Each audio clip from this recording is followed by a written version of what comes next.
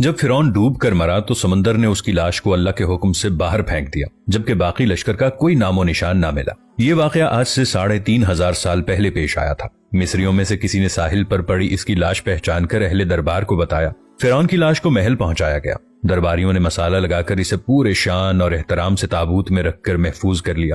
حنوط کرنے کے عمل کے دوران ایک غلطی ہو گئی۔ فرعون جس سمندر میں ڈوب کر مرا تھا تو مرنے کے بعد کچھ عرصے تک پانی میں رہنے کی وجہ سے اس کے جسم پر سمندری نمکیات کی ایک تہ جمی رہ گئی تھی۔ مصریوں نے اس کی لاش میں نمکیات کی وہ تہ اسی طرح رہنے دی اور اسے اسی طرح حنوط کر دیا۔ وقت گزرتا گیا، زمین اور آسمان نے بہت سے انقلاب دیکھے جن کی گرد کے نیچے سب کچھ چھپ گیا، یہاں تک کہ فرعون کی حنوط شدہ لاش بھی زمین کی تہوں میں چھپ گئی۔ ان کے نام صرف کتابوں، ان کی تعمیرات اور لوگوں کے ذہنوں میں رہ گئے۔ اس واقعے کے 2000 سال بعد اس دنیا میں اللہ کے آخری نبی حضرت محمد مصطفیٰ صلی اللہ تعالی علیہ وآلہ وسلم تشریف لائے۔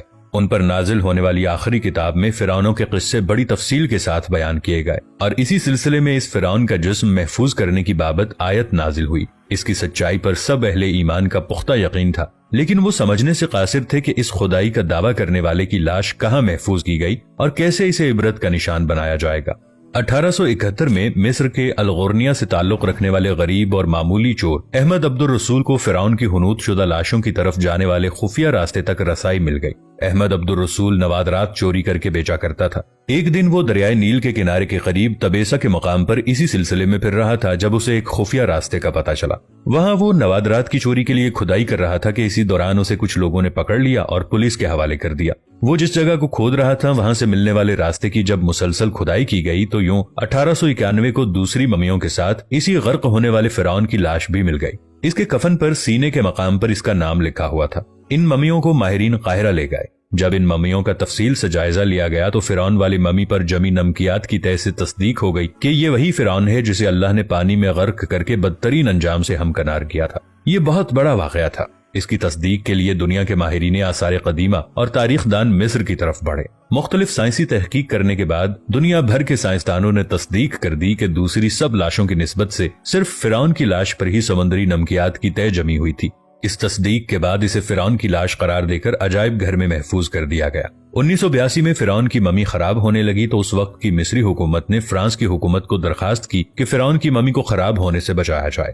اس کے علاوہ جدید سائنسی ذرائع سے اس کی موت کی وجہ بھی معلوم کی جائے۔ چنانچہ مصری اور فرانسیسی حکومت نے مل کر فرانس لے جانے کا انتظام کیا۔ جب فرعون کی لاش کو فرانس پہنچایا گیا تو ایئرپورٹ پر اس دور کے فرانسیسی صدر بذات خود حکومت کے اعلی عہدیداران، تمام وزراء اور فوج کے افسران کے ساتھ استقبال کے لیے موجود تھے۔ فرعون کی لاش کا استقبال کسی عظیم زندہ بادشاہ کی طرح کیا گیا۔ فوجی دستوں نے سلامی دی۔ فرعون کی ممی کو ماہر ڈاکٹروں کی ٹیم کے حوالے کیا گیا۔ اس ٹیم کی سربراہی ڈاکٹر مورس بوکابے کر رہے تھے۔ مائکروسکوپ ٹیسٹوں کے ذریعے ممی کے تمام اجزاء کا باریک بینی سے جائزہ لیا گیا تو معلوم ہوا کہ اس کی لاش پہ سمندری ذرائع ابھی تک موجود ہیں اور موت کی وجہ بھی پانی میں ڈوبنا بتایا جاتا ہے۔ ایک بادشاہ کی موت پانی میں ڈوبنے کی وجہ سے ہو، یہ ڈاکٹر مورس کے لیے حیرت کی بات تھی۔ اس نے اس ممی کے بارے میں مزید جاننے کی کوشش کی تو اسے معلوم ہوا کہ اس بادشاہ کی موت کے حالات مسلمانوں کے نبی حضرت محمد صلی اللہ علیہ وسلم پر اتری کتاب قرآن مجید میں تفصیل سے درج ہیں۔ اسے علم تھا کہ جہاں سے اسے یہ لاش ملی ہے وہ اسلامی ملک ہے، چنانچہ تجسس کے ہاتھوں مجبور ہو کر وہ مصر پہنچا۔